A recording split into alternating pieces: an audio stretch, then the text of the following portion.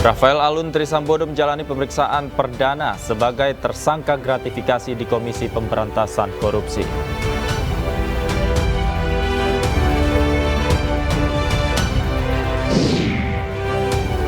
Sidang kasus penganiayaan David Ozora terus dilanjutkan setelah majelis hakim menolak eksepsi yang diajukan terdakwa anak AG.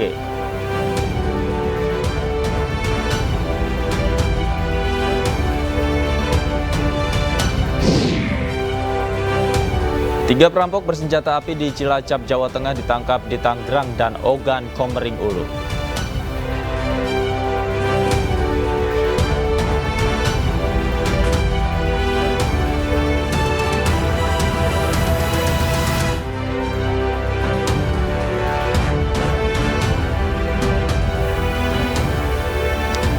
Selamat sore pemirsa, demikian tadi berita pilihan iNews sore hari ini bersama saya Davi Pratama. Pemirsa, kita awali iNews sore hari ini dengan informasi terkait Komisi Pemberantasan Korupsi yang hari ini memeriksa Rafael Alun Trisambodo. Pemeriksaan kali ini merupakan pemeriksaan perdana Rafael sebagai tersangka.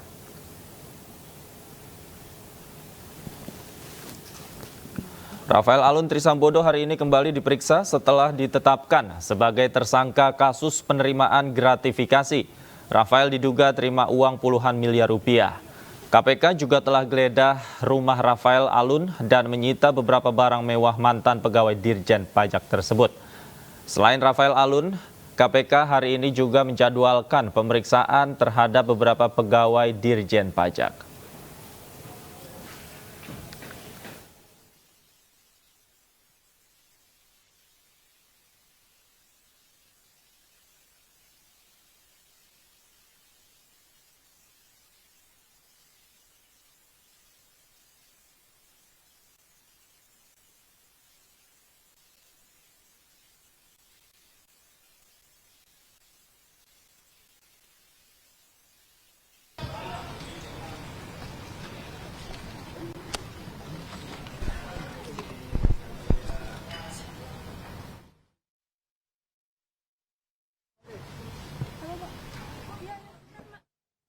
Dan pemirsa, untuk mengetahui perkembangan pemeriksaan mantan pejabat Dirjen Pajak Rafael Alun Trisambodo, kami telah terhubung dengan rekan kami Salam Rahmat di Gedung Merah Putih KPK Jakarta. Selamat sore. Salam, apakah pemeriksaan terhadap Rafael hingga kini masih berlangsung? Ya, baik, selamat sore Davi dan juga pemirsa. Hingga saat ini proses pemeriksaan sebagai tersangka terhadap Rafael Alun Trisambodo, mantan Ditjen Pajak Kementerian Keuangan, dalam kasus dugaan gratifikasi hingga saat ini masih berlangsung di gedung KPK yang sudah dimulai sejak pukul 10 pagi waktu Indonesia bagian Barat.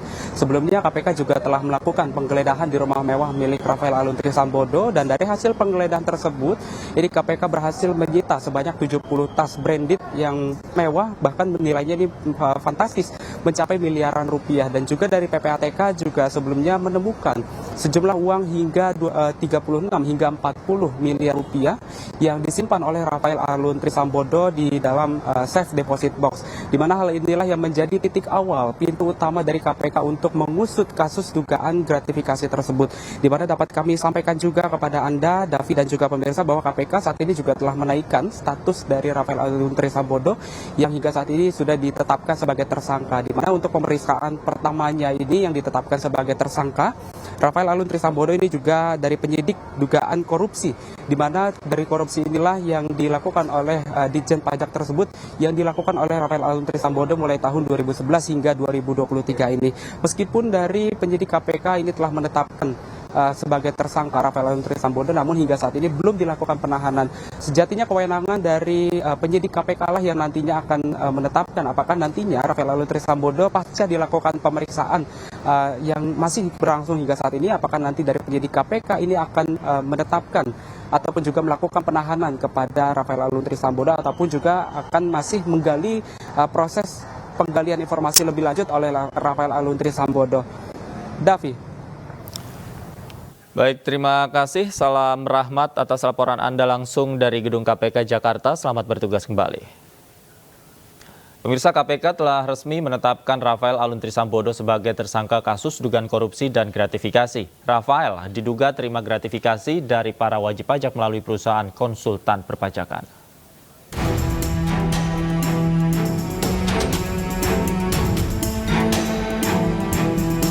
Sebelum ditetapkan sebagai tersangka, KPK telah memeriksa Rafael sebanyak 2 kali, pada tanggal 1 Maret dan 24 Maret 2023.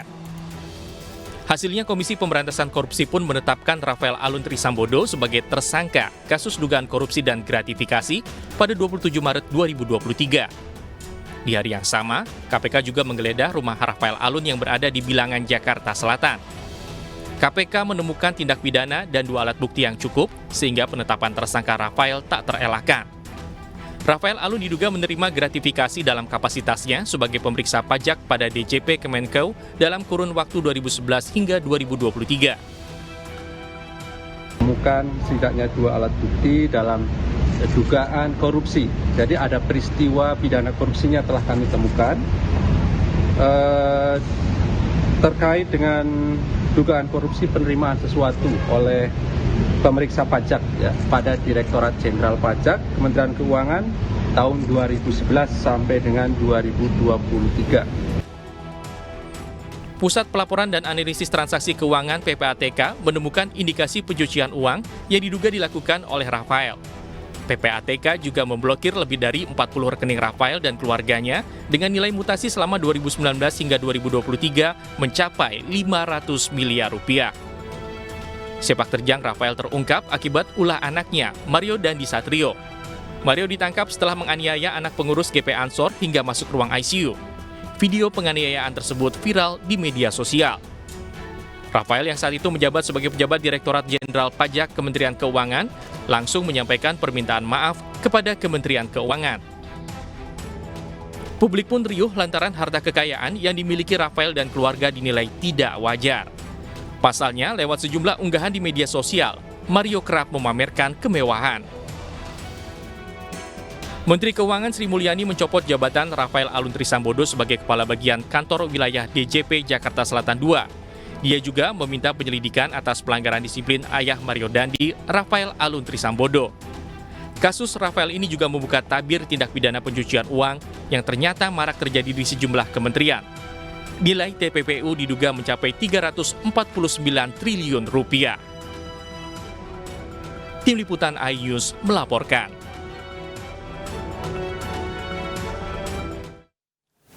Majelis Hakim tolak eksepsi yang diajukan terdakwa anak AG dalam kasus penganiayaan David Ozora. Dengan demikian, persidangan terhadap AG dilanjutkan dengan agenda pemeriksaan saksi.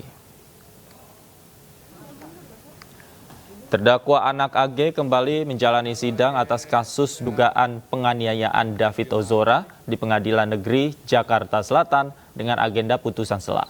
Dalam putusan sela, Majelis Hakim menolak nota keberatan atau eksepsi yang diajukan kubu AG. Persidangan langsung dilanjutkan dengan pemeriksaan saksi. 5 orang saksi dihadirkan dalam sidang hari ini, termasuk ayah David Ozora, Jonathan Latumahina. Sidang pemeriksaan saksi dengan terdakwa anak AG akan kembali dilanjutkan besok Selasa 4 April 2023. Sidang digelar secara maraton karena masa penahanan terdakwa anak terbatas hanya 25 hari. Dan di jam 9 itu terkait putusan sela tadi Hakim sudah menyampaikan bahwa JPU sudah memberikan dakwaan yang cukup cermat, yang cukup jelas, sehingga terkait peranan, terkait keterlibatan, dan hal-hal lainnya menurut Majelis Hakim ini perlu pembuktian di persidangan nanti. Sehingga Hakim tadi juga menyebutkan eksepsi atau nota keberatan yang disampaikan oleh kuasa hukum AG tidak beralasan hukum sehingga haruslah ditolak. Kira-kira seperti itu, sehingga amarnya memerintahkan pertama ditolak terkait eksepsi, yang kedua dilanjutkan kepada proses pemeriksaan persidangan. Nah, kemudian di jam 10-nya tadi kita sudah dilakukan pemeriksaan terkait dengan saksi-saksi ya. Hari ini ada 5 orang saksi yang dihadirkan di persidangan. Yang pertama tadi ayahnya David, Jonathan Latumahina.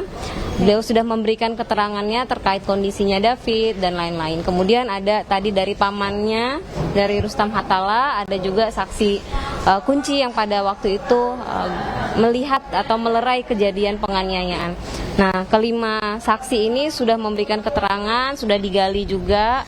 Besok akan ada agenda pemeriksaan saksi kembali.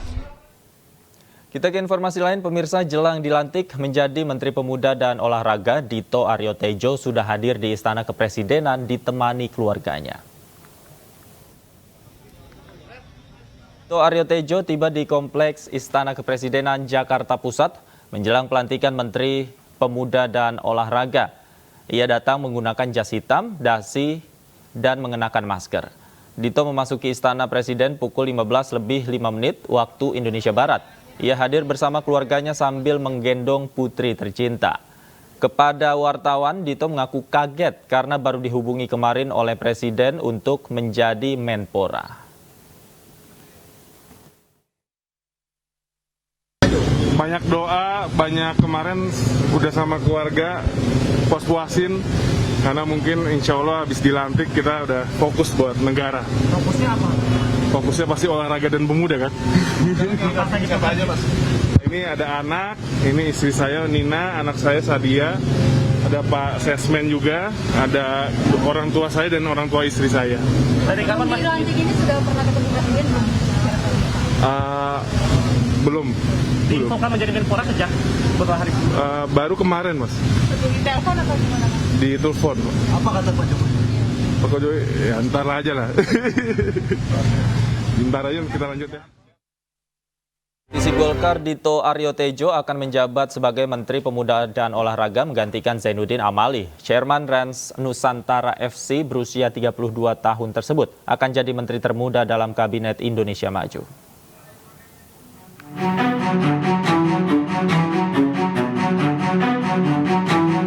Presiden Joko Widodo segera melantik Dito Aryo Tejo sebagai Menpora menggantikan Zainuddin Amali. Dito menjadi salah satu nama yang diajukan oleh Partai Golkar kepada Presiden Joko Widodo. Dito Aryo Tejo lahir di Jakarta 25 September 1990. Sebelum terjun ke dunia politik, pria berusia 32 tahun itu sempat merintis sejumlah usaha. Tahun 2021 bersama artis Raffi Ahmad, ia membentuk Rans Sport dan menjabat sebagai Chairman Rans Nusantara FC. Semasa kuliah, Dito aktif berorganisasi di BEM Fakultas Hukum Universitas Indonesia. Ia juga sempat menjadi Ketua Angkatan Muda Pembaruan Indonesia atau AMPI yang merupakan organisasi sayap Partai Golkar. Pengalaman organisasinya itu mengantarnya dipercaya menjadi Ketua DPP Partai Golkar bidang inovasi sosial dan ormas. Dito menjadi Ketua Bidang termuda sepanjang sejarah Partai Golkar. Saat ini, Dito dipercaya menjabat sebagai Kepala Lembaga Inovasi dan Kreativitas DPP Partai Golkar. Tak hanya di internal partai, karir Dito di pemerintahan juga tergolong moncer. Pada bulan April 2022, Dito masuk dalam jajaran tim ahli Menko Perekonomian Erlangga Hartarto, sekaligus menjadikan Dito sebagai anggota tim ahli termuda.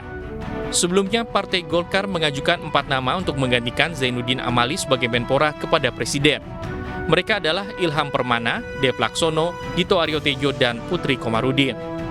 Akhirnya Presiden Joko Widodo memilih Dito untuk mengisi jabatan sebagai Menteri Pemuda dan Olahraga.